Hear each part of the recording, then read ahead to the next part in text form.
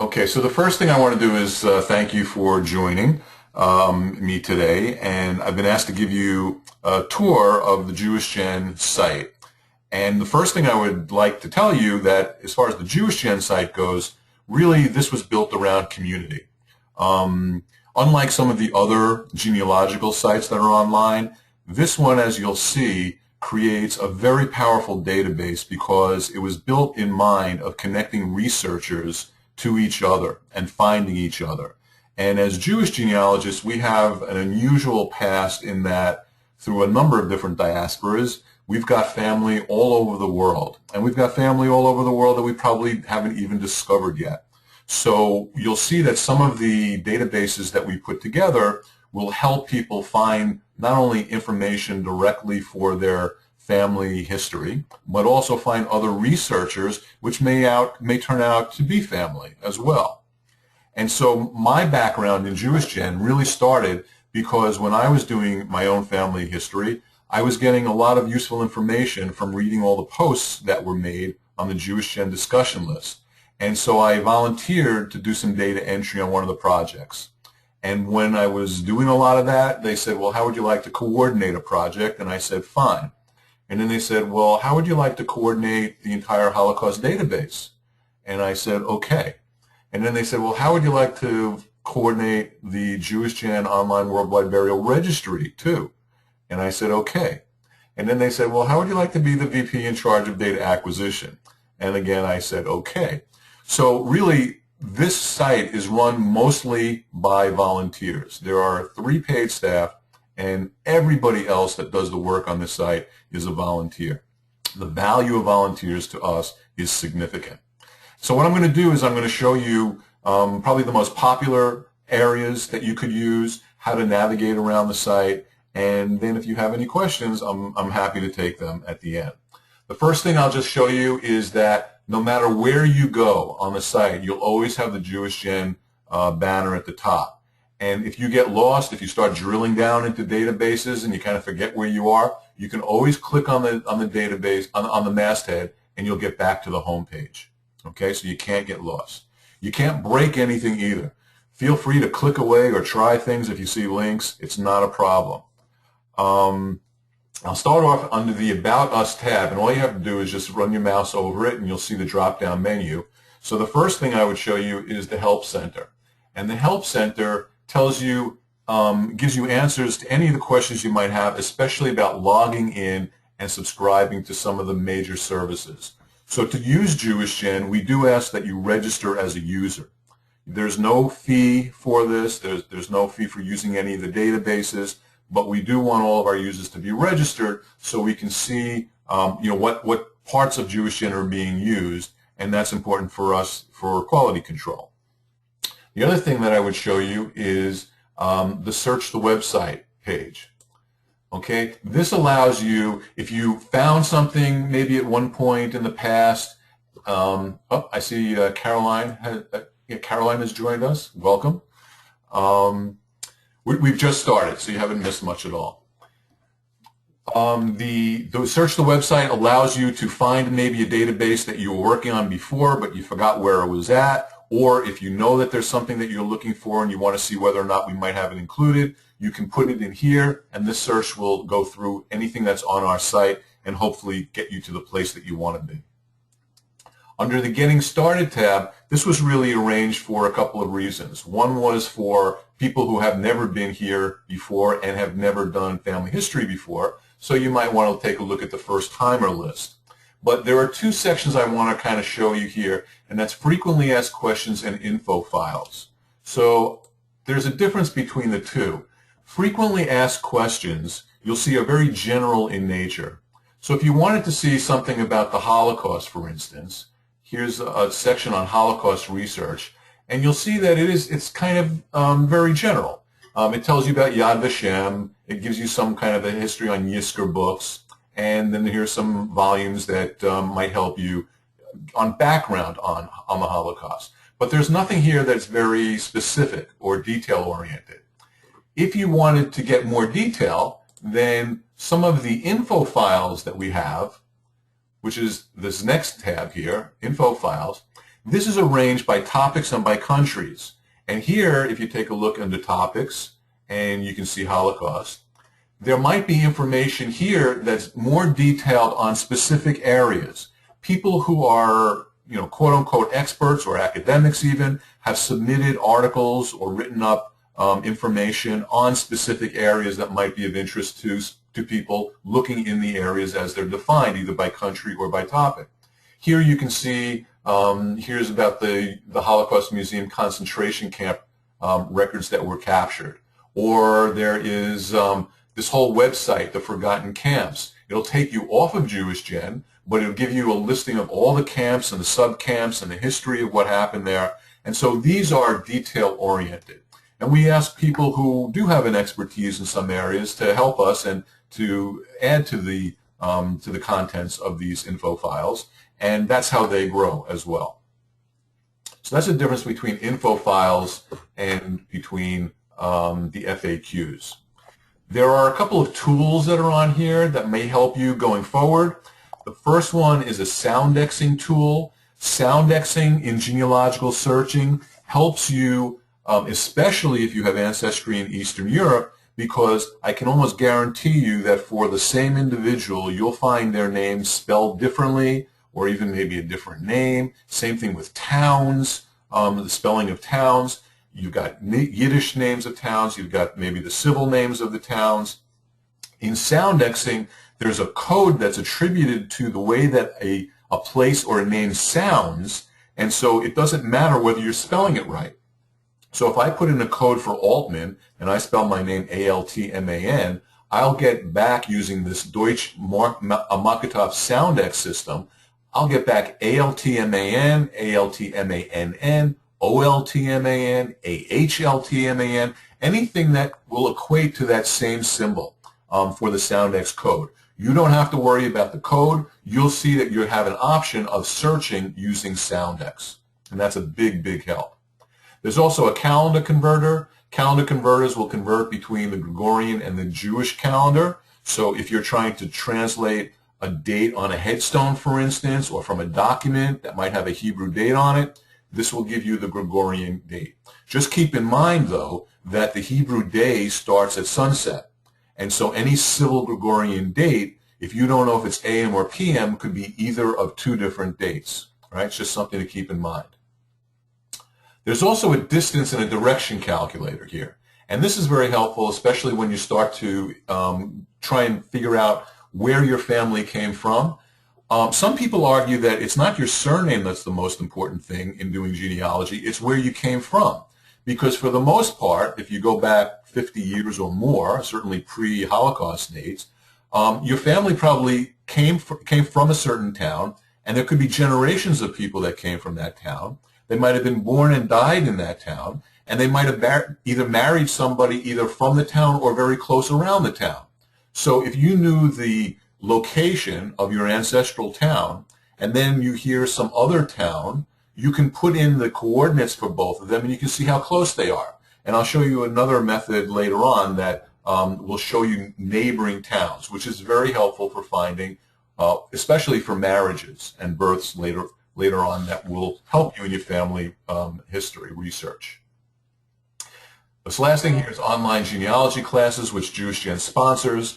If you have time, if you want to take a look at that, that's a great place for beginners and intermediate researchers. So let's take a look at the databases. This is the meat of the data site, and the drop-down menu has the key databases that most people use. The first one is the Family Finder, the JGFF. And the whole idea of the Family Finder is that you can find other researchers that are looking for family with a certain surname or from a certain town in a country or a combination of both. So if I knew my ancestral town was a town called Dublin, and I'm looking for people with the last name of Altman or whatever else I'm looking for, if I could find out that there are other researchers around the world with the same interest, that's an incredible way to meet up with them and maybe overlap my trees with them, because there's a good chance that we're going to be related. And so that's what the Family Finder does. And so I'm going to go to the Search tab. this is the page where you would start and you would put in either a surname or a town, and you could do either. And so if I put in the name Altman, and here you see the typical drop-down menu for most JewishGen databases. You see is exactly, starts with, sounds like, and contains. So if you put in exactly Altman, and I just do an exact search, all I'm going to get back is anybody that put in the name Altman the way I spelt it. If someone spelt it with a double N, for instance, I'm not going to get that back. But if I use the sounds like, this is the Soundex search, I'll get back if they put it in with a double N, or OLT, or AHLT, or something like that. So if you start with exact, you'll get the most restrictive number of searches. If you expand it into sounds like, then you'll start to get more possibilities because somebody entered it differently. The other two possibilities is start with. Suppose you have a document and you can read the Rosen part, but you can see there's something else. You don't know if it's Rosenwein or Rosenberg or Rosenstein. You could put in just Rosen and you'll get all the matches that start with Rosen. The other possibility is contains. So here, if you see part of a name either in the word itself, in the full name, or you see maybe the ending of the name but not the beginning, again, you could do the same thing and you'll get back any hits based on what you're putting in.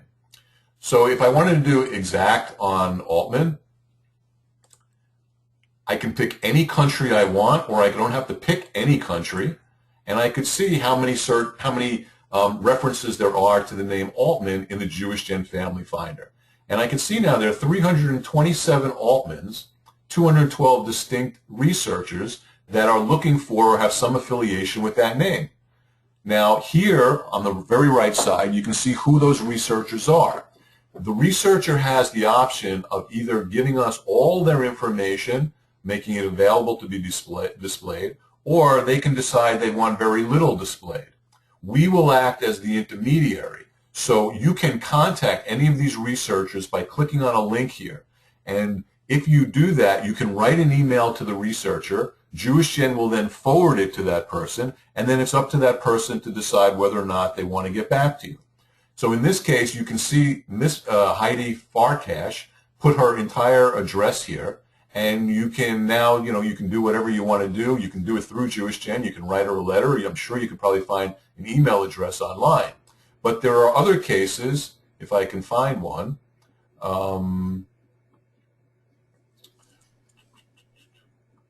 where you have a name and just a number with no address. And in some cases, like this one, there's just a researcher number. So they chose to be totally anonymous, which is fine.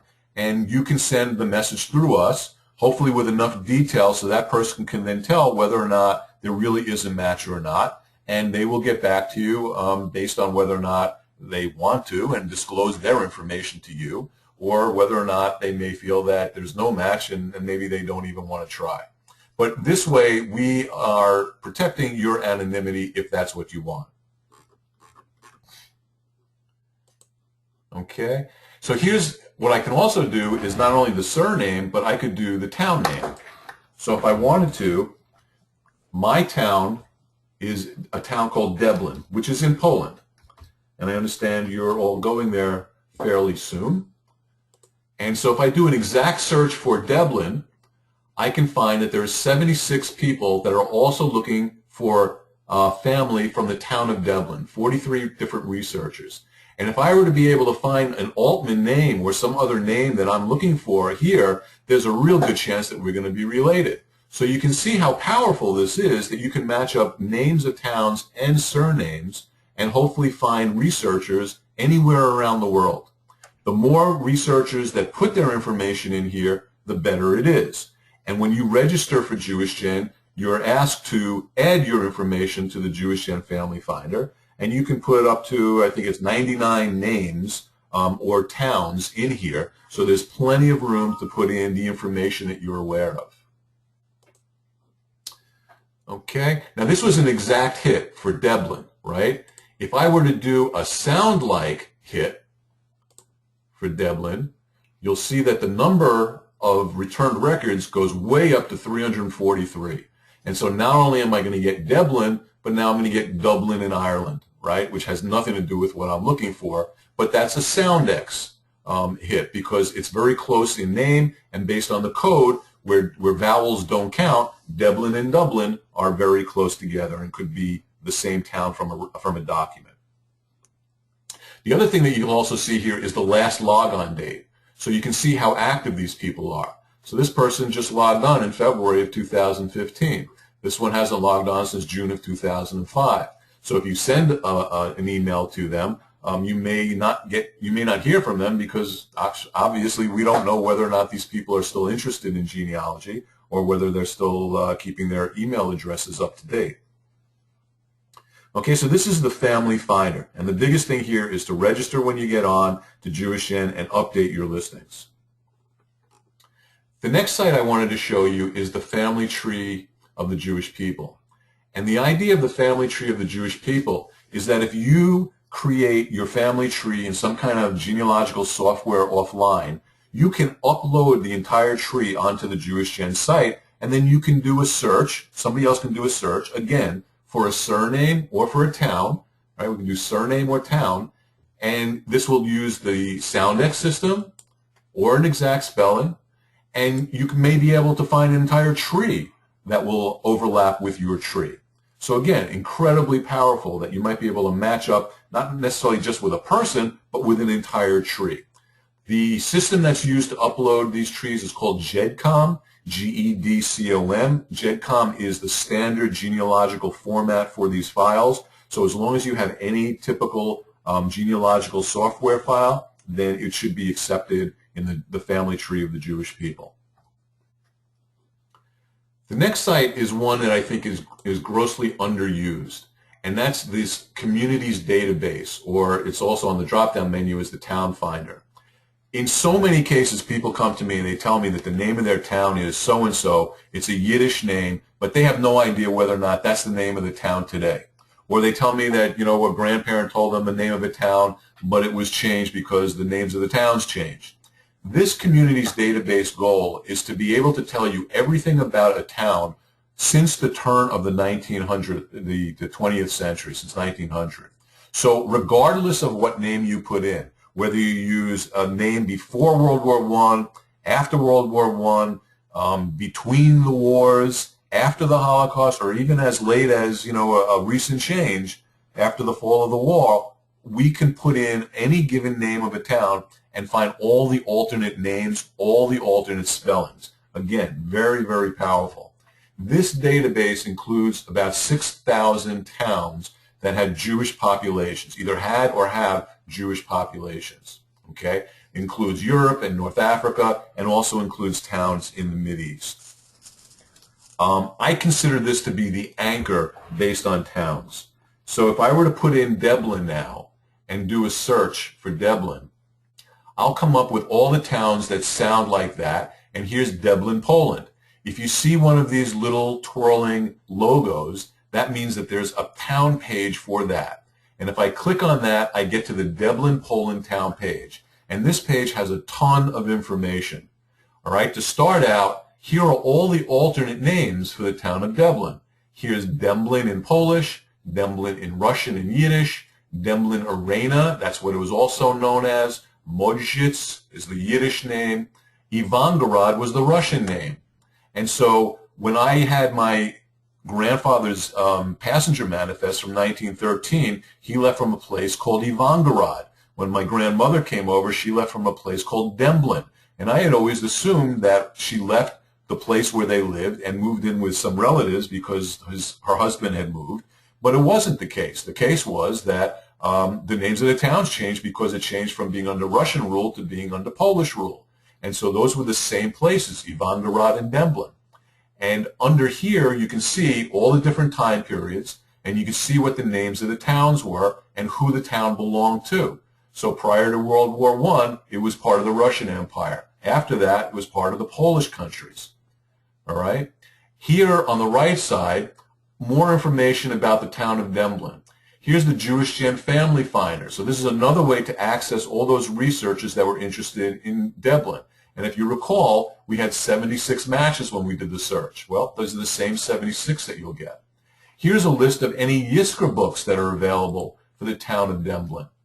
Okay, we have a Yizkor project, which I'll show you a little later. Yizkor books, if you're not aware of, were written to memorialize the people and the towns for Jewish communities that no longer exist.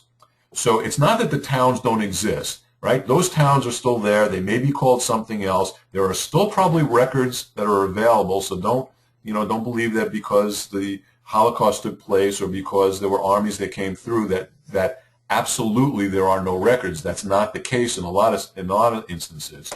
But what we can see is that there might have been people who left prior to World War II or people that survived the Holocaust that got together after the war and they wrote a book.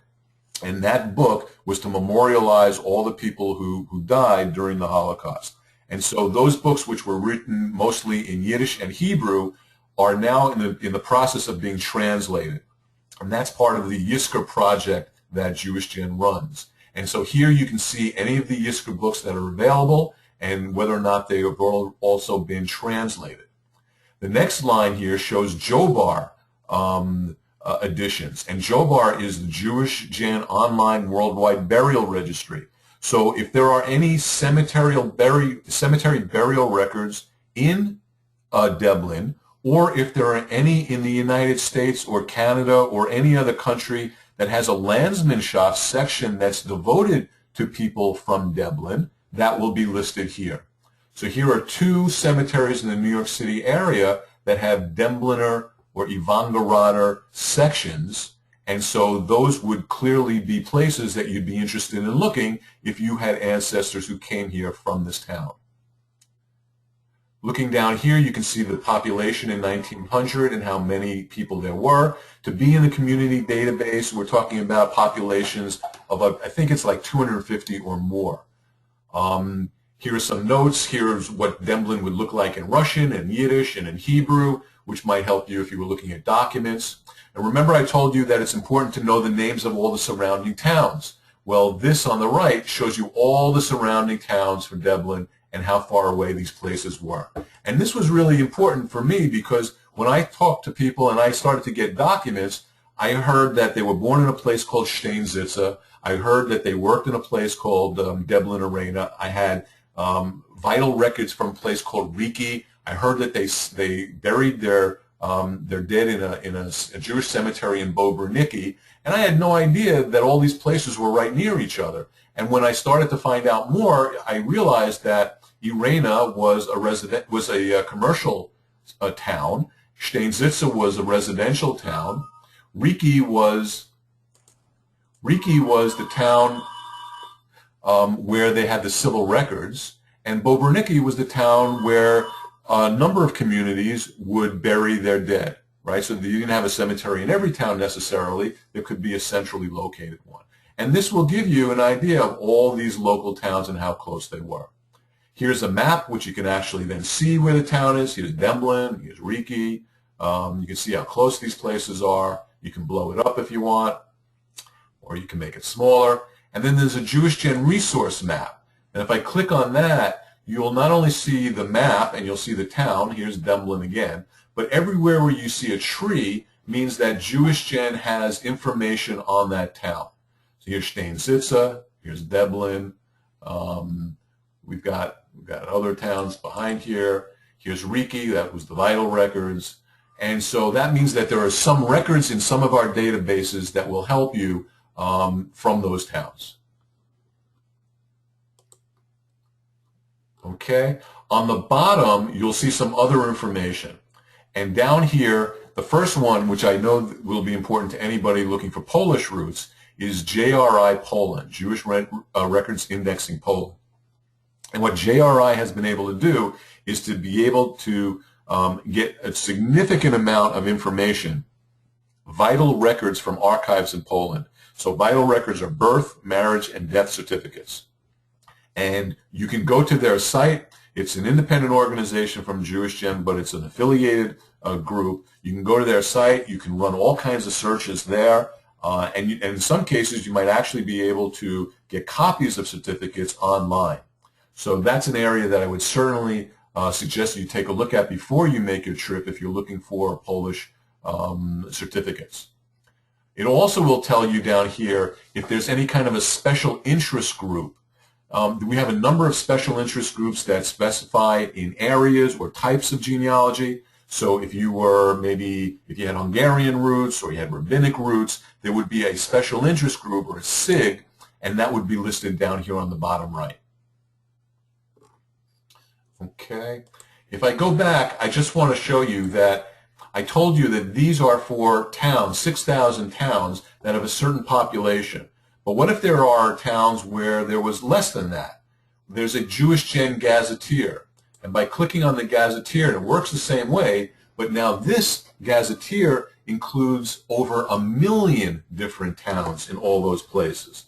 So if I put in Dublin again, and I do a search, now I find that there are a whole bunch of Dublins, right? Only the one, though, that has this little turning logo, that's the one that I really wanted because that's the one that had the biggest Jewish population. But there are 2 other Dublins in Poland, and there actually is a Dublin in the Czech Republic.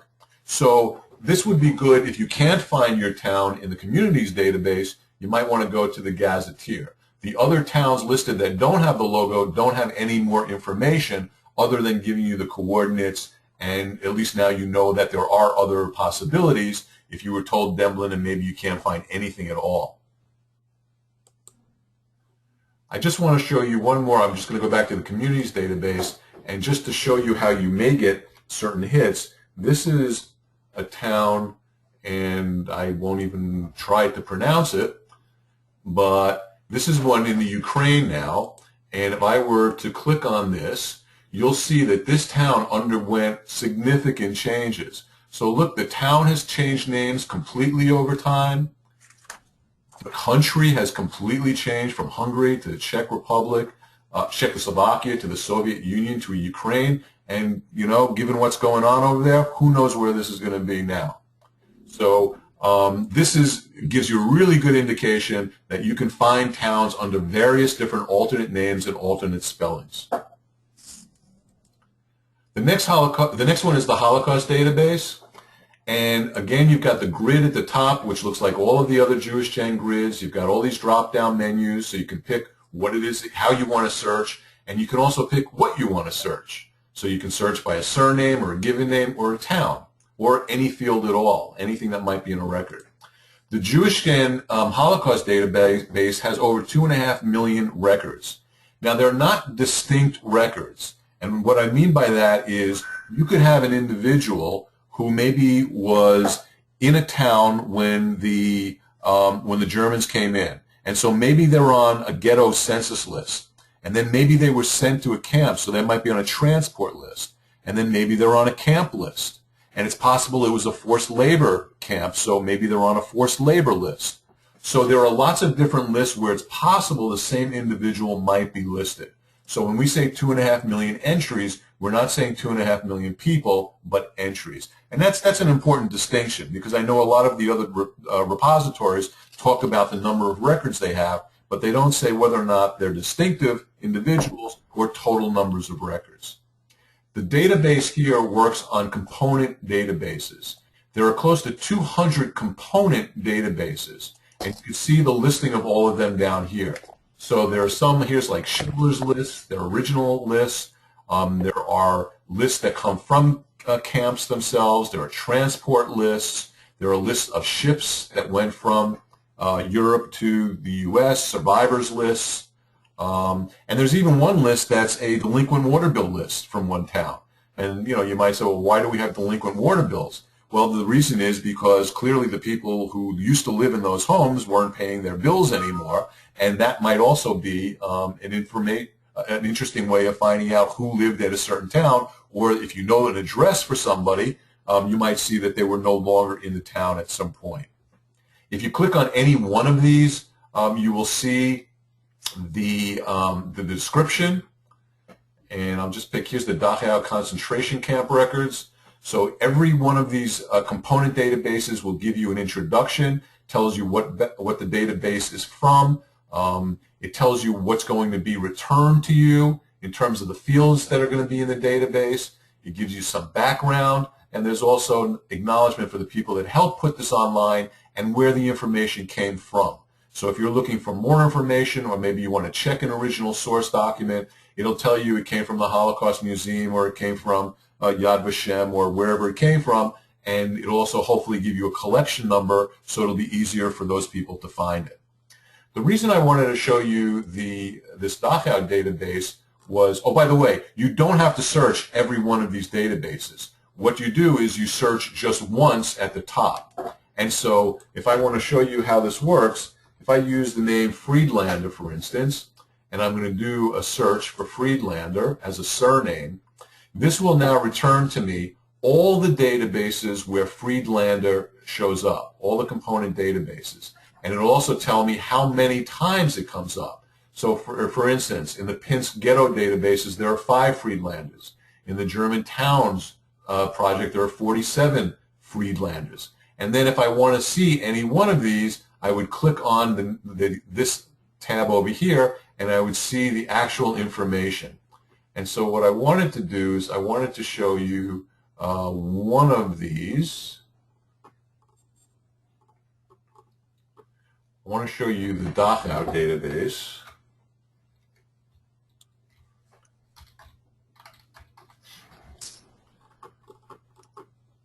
Here it is. Okay, that was the one I showed you the description for. So there are 32 records. And here now I'll get all the names of anybody that sounds like Friedlander in that, from those documents in the database. And you'll see that this was incredible information from a genealogical point of view, because they gave us the person's surname and their first name, their date of birth, the town of birth, where they last lived, including a street address if they had it. It mentioned what their prisoner number was and what kind of a prisoner they were. So this will tell you if it was a political prisoner, or if it was just a Jewish prisoner or a political prisoner. It tells you when they got to the camp and when they left and what happened to them. And the reason why I bring this up is because I had the honor really of working with volunteers around the world. I would send them copies. They were all digitized pages of these reports, and they would get 10 pages at a time. They'd put them into an Excel spreadsheet and send them back to me. And then once they were sent back to me, what I would do is I would send them out another 10. And it usually took people about, I don't know, 3 weeks to a month for them to send me back the pages. Except there was one individual that I would send to, and he would literally send them back to me the next day. In fact, it got to the point where he said, send me 20 images so I don't have to wait for you to send me the next 10. And I got to talking to him all online, and I found out he lives in Australia.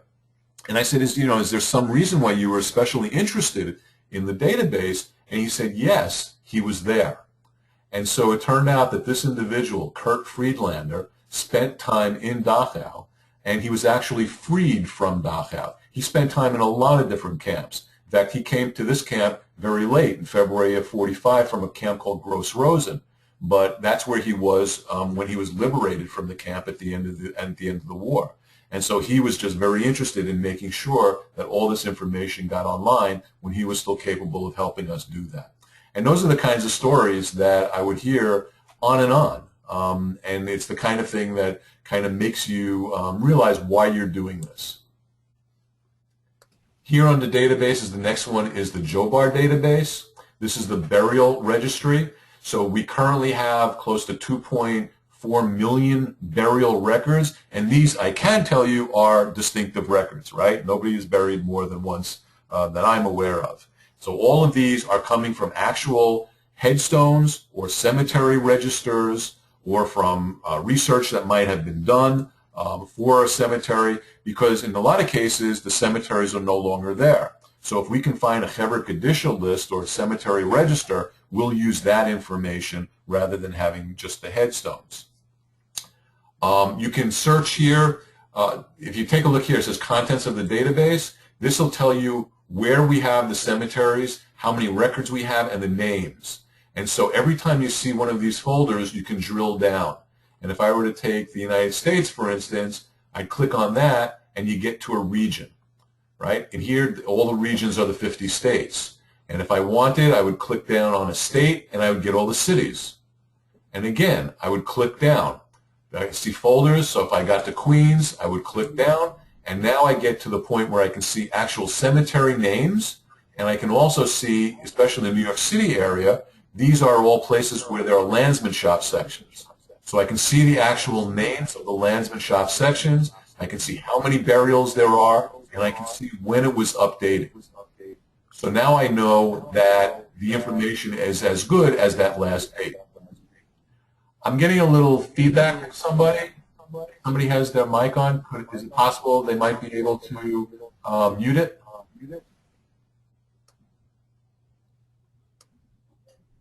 Okay. Okay, so this is a listing of all the cemeteries that are in the database. Right, going back to that main page, if you want to do a search, same thing. Here's what you can search: surnames, names of deceased, father, mother, or spouse, their Hebrew name, or a town. You can do all the same kind of searches here. And just to show you how one works, I'll do an exact one. So I'll put in Altman, and I'll search for my grandfather. So I'll put in the first name of the deceased. I'll do it exactly. His name was Nathan. And then I'll do a search. And now I'll get returned all the Nathan Altmans that are in this database. And I can see that I have records for Nathan Altman in 4 different states in the United States. Right? None internationally, but all in the United States. So knowing that he was buried, or at least he lived in New York, I'll go to the list 4 records, and now I'll get a little more information about the 4 Nathan Altmans. Well, the first one here is 11 months, so I know that can't be my grandfather. And then I see other Nathans here, one with a middle name, initial, and I know that's not him. So if I wanted to, if I didn't know which one it was, I could just click on View the Full Record, and I would get even more information. So in this case, here is Nathan Altman's record, right? Here's his name. Others are surnames that are connected to him, and I'll show you that in a minute where that comes from. Here's his place of birth, his place of death, his date of birth and date of death. Here's his Hebrew name transliterated into English, his age. His spouse's name was Sadie Steinberg, so that's one of the surnames that's going to get associated with him. His father's name was Munish Altman. His mother's name was Zlata Rosenwein, so there's another surname that's going to get associated. So if I did a search on Altman, Steinberg, or Rosenwein, I would have found this record. Here's the name of the cemetery and where it is. If I click on the cemetery name, it'll tell me where the cemetery is with an address. If there's anything else that the person who submitted this information gave us, like cemetery gate pictures or overall pictures, that would also be sent to us, and you could see what it's like. And the idea here is that we're trying to put you in the same position that you'd be in if you physically got to go visit that cemetery. Okay, and clearly you can also now see a picture of the headstone if pictures of headstones were also included, right? So this is great. You get to see the patronymic name, Noach ben Munish, and now not only is this my grandfather's name, Noach, but I know he's son of Munish. And Munish was the name I needed to go back into European records to be able to do further research. So this patronymic naming that we're fortunate enough to have in Jewish genealogy is an incredible way to link generations and to go back in time to the old country. Okay. If you want to see a complete list of databases, you can click on here, and you'll see that a lot of these are ones that we already talked about. The Family Finder, Family Tree of the Jewish People, right? But there are a couple here that we didn't talk about, like the JewishGen Memorial Plaque Database, which is an effort to index all memorial plaques from synagogues around the world. I found out that there are synagogue memorial plaques in a lot of countries other than what I was expecting. I was expecting the U.S. and Canada and England, but they're all over the world. So this is a way of trying to collect that information as well. And they're like little headstones, so they will hopefully have patronymic naming, and they'll have dates on them, and that might be of significant help. I know Warren Blatt, who's the executive director of JewishGen, he only found out about his great-grandparents because his grandparents put plaques on the wall of the synagogue in New York, and that named those other people. And if it hadn't been for that, he would never have found that information. Not only is there the general section up here, but then you could see there are databases by countries and by regions. So there's an all Polish database, there's an all Lithuanian database, all Germany, and the like. So if you want to try and search just that way locally, you could do it here as well. Okay, let's take a look under some of the items under research. The first one is the Yizkor book project. This is the project I told you about that's being taken under to transliterate all of the Yiddish and the Hebrew Yizkor books that exist. This is being done in coordination with Yad Vashem. And so if they have been transliterated, you can see here retranslations. This will tell you which books have been, which books are part of our project right now. So there are some books that were done by region, and there are other books that were done by the community themselves, right? So if I wanted to see Devlin, for instance, I could actually go to the D's under communities, and I could do a search, or I could just scroll down here, and I could see that Devlin, Poland is here. And by clicking on that, I get to the page, and this is an exact reproduction of all of the pages that are in the Devlin book, but here everything is transliterated in English. And the important part again about this book is that it gives you a feeling as to what the place was like before the war, during the war, and what happened to the people who lived in the town during the war.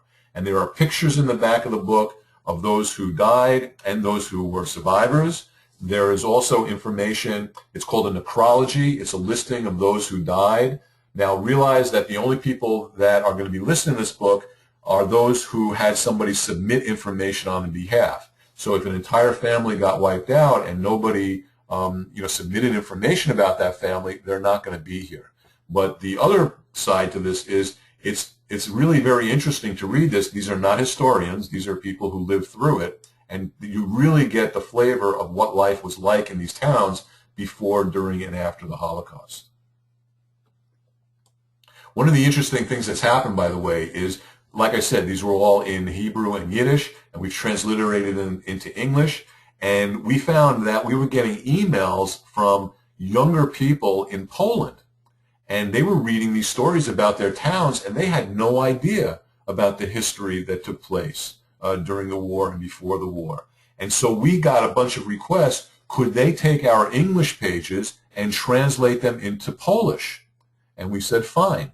And so for some of the towns, you will find that they're on here in Hebrew and Yiddish and English, and now even in Polish.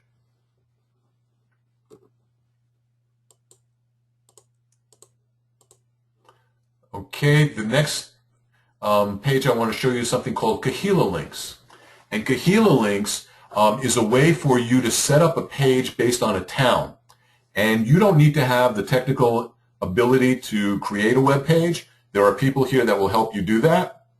But you can set up an entire page with information that has to do just with the town itself. So let's say we want to go to Poland, and I'm just going to pick one totally at random. Here's Plonsk. This is a page that has information just on the town of Plonsk. And all of these are hyperlinks to go to subsequent back pages, and you can see the kind of information that's on here.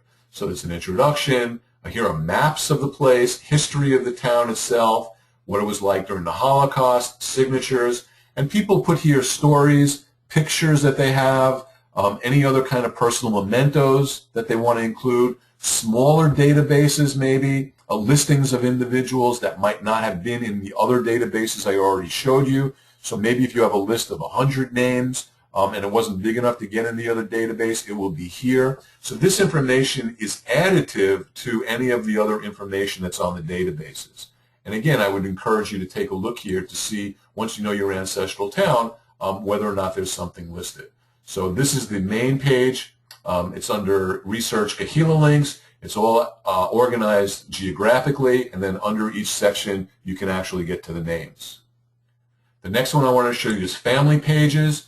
If you want to create, or even you have something off JewishGen that has a family page, you can link it to this site. So if I wanted to put in, here's some names, here are the G's, for instance, right? So goodbye, okay? And if I wanted to take a look, this is a page that's not on JewishGen at all, right? Here's the same thing here. But this will help you if you're trying to do research for a certain surname, and you'll either find the information on JewishGen, or we will direct you to an off JewishGen site that also is interested with that surname.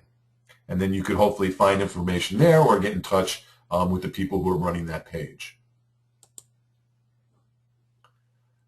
Okay, ViewMate is also incredibly helpful. ViewMate allows you to take a photo that you have, maybe it's a picture of a headstone, or a picture of just a group of people standing around, or it's a page document. You know, maybe you have a ketubah, or you have a birth or death certificate that's in a foreign language. You can scan that, you can upload it through ViewMate, and then we have people who actually go through them and transliterate for you what's on that page. And so this is good for, you know, 1 or 2 pages. You can't do, you know, a dozen pages, but you could do it for pictures, headstones. It's very simple to upload, and then once it's uploaded, it's up to volunteers basically who go through all of the uploaded material, and they'll do transliterations for free. And so, you know, here's some of the examples of pages that have been uploaded. And in some cases, you're going to get more than one response. So here's a stone with 4 responses. And so these are a bunch of different people that put in what they thought it was. And sometimes you'll get different points of view.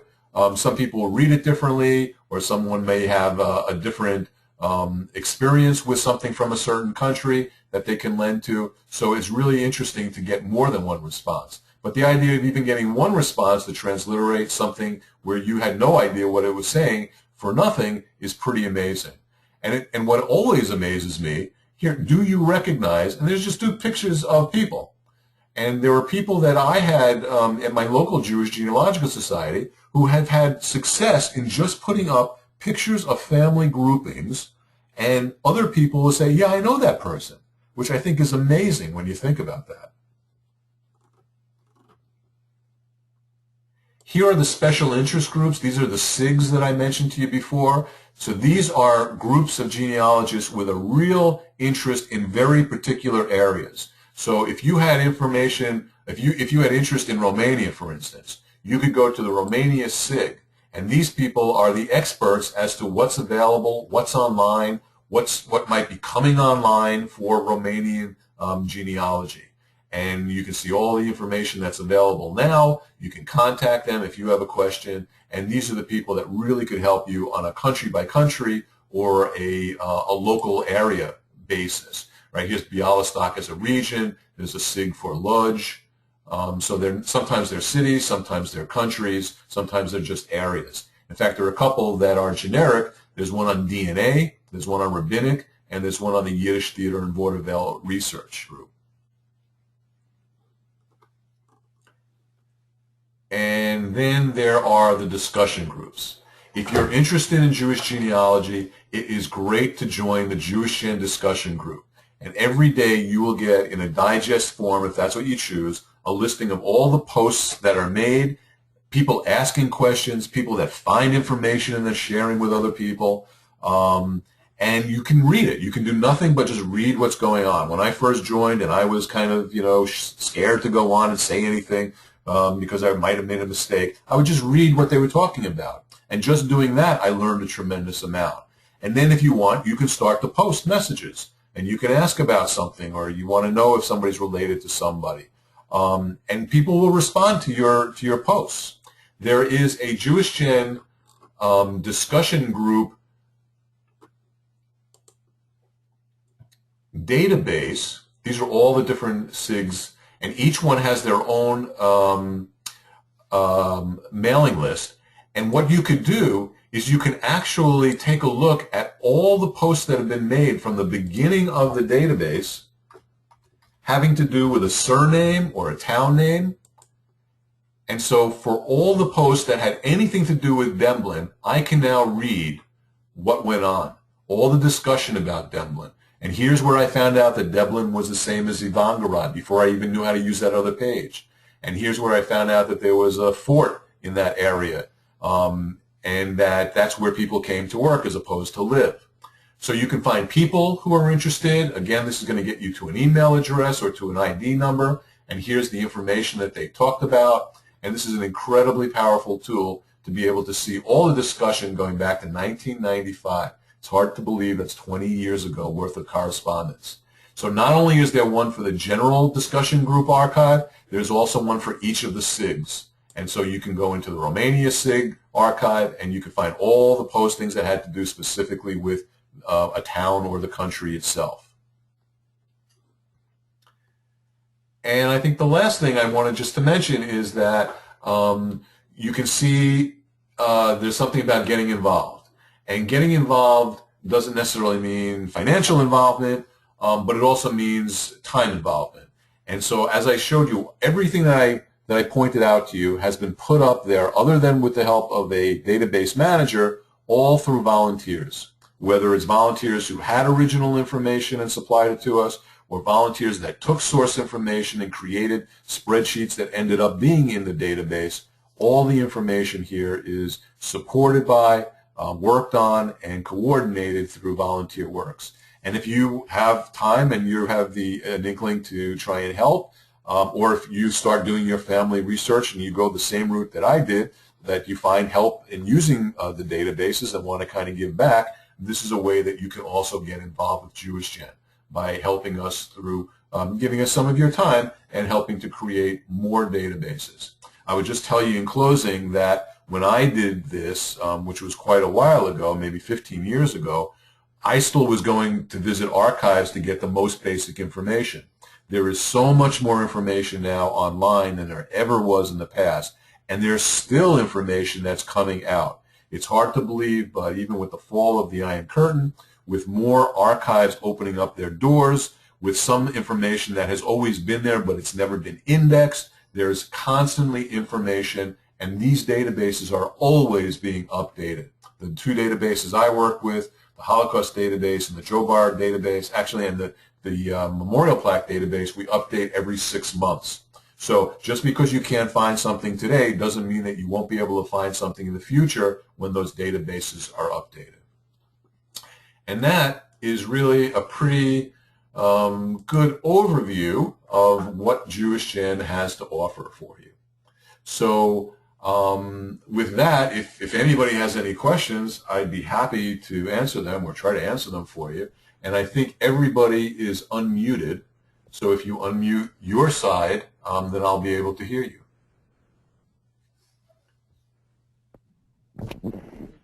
Well, this is Meredith, and I just want to thank you so much, Nolan, for that overview. This was amazing.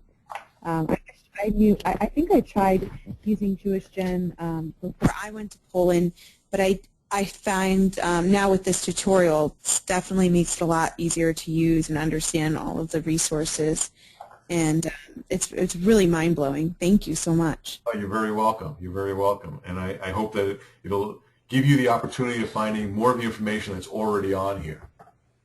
Yeah, I'm excited to go and start doing more research.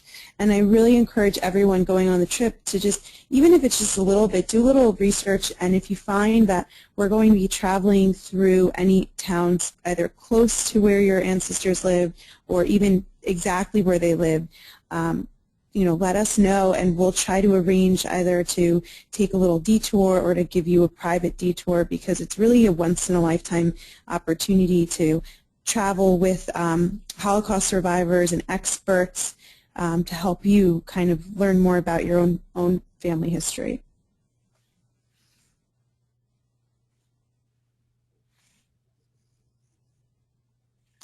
Well, if there are no questions, and if you ever have any, you can always email me. My email address is NAltman@JewishGen.org, or get in touch with Meredith, and I'm sure Meredith can get in touch with me also. But if there are no other questions, I wish you all the very best, the best luck of luck in your research, and I hope you have a great trip when you go visit the places you're going to. And I hope that you'll be able to find some information that's very personal to you and will help you figure out where you came from.